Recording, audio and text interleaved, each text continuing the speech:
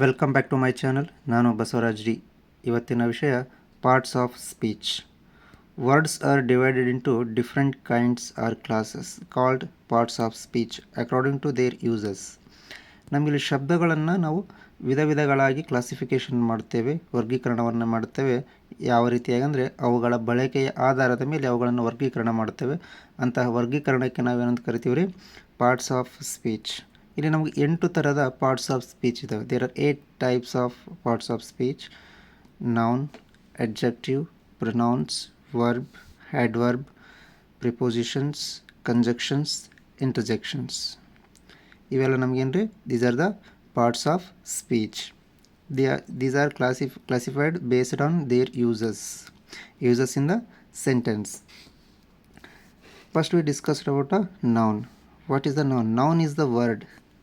Noun ಅನ್ನೋಂಥದ್ದೇನು? ಇದು ಒಂದು ನಮಗೆ ಶಬ್ದ, used as the name of the person or name of the place or name of the things. Noun ಅನ್ನುವಂಥದ್ದು ನಮಗಿದು ಏನು ಹೇಳ್ತದೆ ನಮ್ಗೆ? It is the name of the person ಆಗಿರ್ಬೋದು, ಅಥವಾ ನೇಮ್ ಆಫ್ ದಿ ಪ್ಲೇಸ್ ಆಗಿರ್ಬೋದು, ಅಥವಾ ನೇಮ್ ಆಫ್ ದಿ ಥಿಂಗ್ಸ್ ಆಗಿರ್ಬೋದು. ಅದಕ್ಕೆ ಕೆಲವೊಂದು ಎಕ್ಸಾಂಪಲನ್ನು ನೋಡೋಣ. Akbar was the great king. Akbar ಒಬ್ಬ ಒಳ್ಳೆಯ ರಾಜನಾಗಿದ್ದ. ಅಕ್ಬರ್ ಅಂದರೆ ಏನಿಲ್ಲಿ? It is the place of the name of the person. Akbar is the name of the person. Kolkata is the bank of river Hulgi.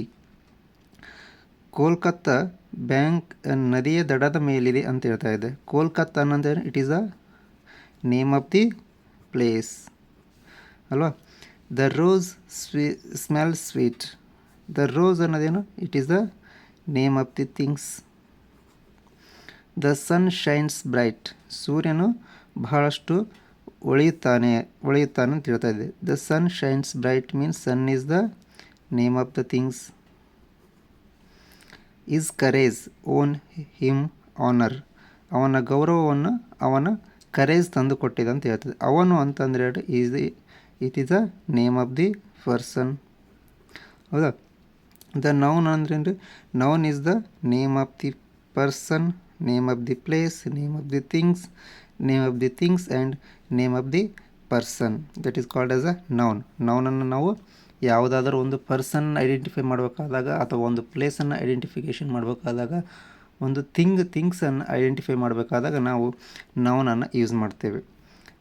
ಒಂದು ನೋಟ್ ಇದೆ ನಮಗಿಲ್ಲಿ. The word things includes. ಅಂದರೆ ನಾವಿಲ್ಲಿ ನೌನ್ ಅಂದಾಗ ಏನಿದೆ? Noun is a word. ಅಂದರೆ word ಅಂದರೆ ನಮಗಿಲ್ಲಿ word includes all objects that we can see, year, taste, touch, smell.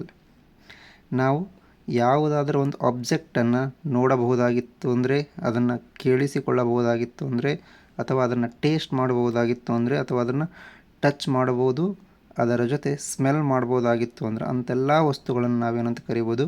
Word ಅಂತೇಳಿ ಕರಿಬೋದು.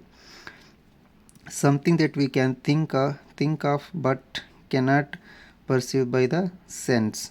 ಕೆಲವೊಂದು ವಿಷಯಗಳನ್ನು ನಾವು ಥಿಂಕ್ ಮಾಡ್ಬೋದು, ಅದನ್ನು ನಮ್ಮ ಸೆನ್ಸ್ಗಳಿಂದ ನಾವು ಅಬ್ಸರ್ವ್ ಮಾಡೋದಕ್ಕಾಗಲ್ಲ. ಅಂತಹ ವಸ್ತುಗಳಿಗೂ ಸಹ ನಾವೇನಂತ ಕರಿತೀವಿ? ವರ್ಡ್ಸ್ ಅಂತೇಳಿ ಕರಿತೀವಿ ನಾವು. ಅಂದರೆ ವರ್ಡ್ಸ್ ಅನ್ನುವಂಥ ಪದದ ಲಿಮಿಟನ್ನು ಇಲ್ಲಿ ಹೇಳ್ತಾ ಇದೆ. ವರ್ಡ್ಸ್ ಅಂದ್ರೇನು? ನಾವು ನೋಡುವಂಥದ್ದಾಗಿರ್ಬೋದು, ಕೇಳುವಂಥದ್ದಾಗಿರ್ಬೋದು, ಟೇಸ್ಟ್ ಅಥವಾ ಟಚ್ ಅಥವಾ ಸ್ಮೆಲ್ ಇವೆಲ್ಲವನ್ನು ಮಾಡುವಂಥವಕ್ಕೆ ವರ್ಡ್ ಅಂತ ಕರಿತೀವಿ. ಅದರಲ್ಲಿ ಎಕ್ಸೆಪ್ಷನ್ ಅಂದರೆ ಕೆಲವೊಂದು ಥಿಂಗ್ಸನ್ನು ನಾವು ಥಿಂಕ್ ಮಾಡ್ಬೋದು, ಅದರ ಬಗ್ಗೆ ಒಂದು ವಿಚಾರ ಮಾಡ್ಬೋದು, but we cannot perceive by the sense. ನಮ್ಮ ದೃಷ್ಟಿಕೋನಕ್ಕೆ, ನಮ್ಮ ಟೇಸ್ಟಿಗೆ ನಾವು ಅದನ್ನು ಅನುಭವಿಸೋದಕ್ಕೆ ಆಗೋದಿಲ್ಲ. ಅಂಥದಕ್ಕೂ ಸಹ ನಾವು ವರ್ಡ್ ಅಂತೇಳಿ ಕರಿತೇವೆ. Next is the adjective. Adjective is the word used to add something to the meaning of the noun. ಇಲ್ಲಿ adjective ಅನ್ನೋದು ಪ್ರಿಡಿಕೇಟ್ಸ್ಗೆ ಸಮನಾಗಿದೆ. ಪ್ರಿಡಿಕೇಟ್ಸ್ ಅಂದ್ರೆ ಏನ್ರಿ?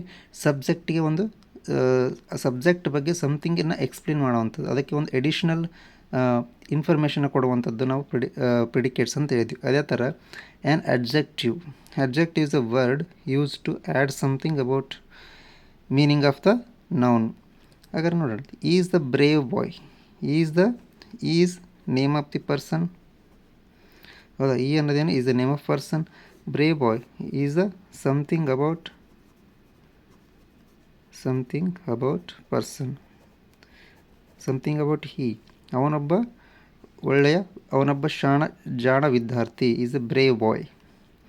ಅವನಿಗೆ ಆ ಪರ್ಸನ್ ಬಗ್ಗೆ ಒಂದು ಎಕ್ಸ್ಪ್ಲನೇಷನ್ ಕೊಡ್ತದೆ, ಆ ಪರ್ಸನ್ಗೆ ಒಂದು ಎಡಿಷ್ನಲ್ ಇನ್ಫಾರ್ಮೇಷನ್ನ ಕೊಡ್ತಾ ಇದೆ. ಏನು? Is the brave boy, is the name of the person. Brave ಅನ್ನೋದು is the something about is. There are 20 boys in the classes.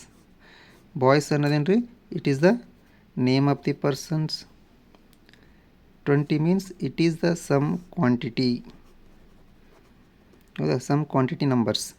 20 boys. ಈ ಬಾಯ್ಸ್ ಅನ್ನುವಂಥ ಒಂದು ವಿಷಯಕ್ಕೆ ಒಂದು ಎಕ್ಸ್ಟ್ರಾ ಎಡಿಷನ್ ಆಗ್ತಾ ಇದೆ. ಏನದು? That is our 20. Mahatma Gandhi is the father of nation. Mahatma Gandhi is name of the person.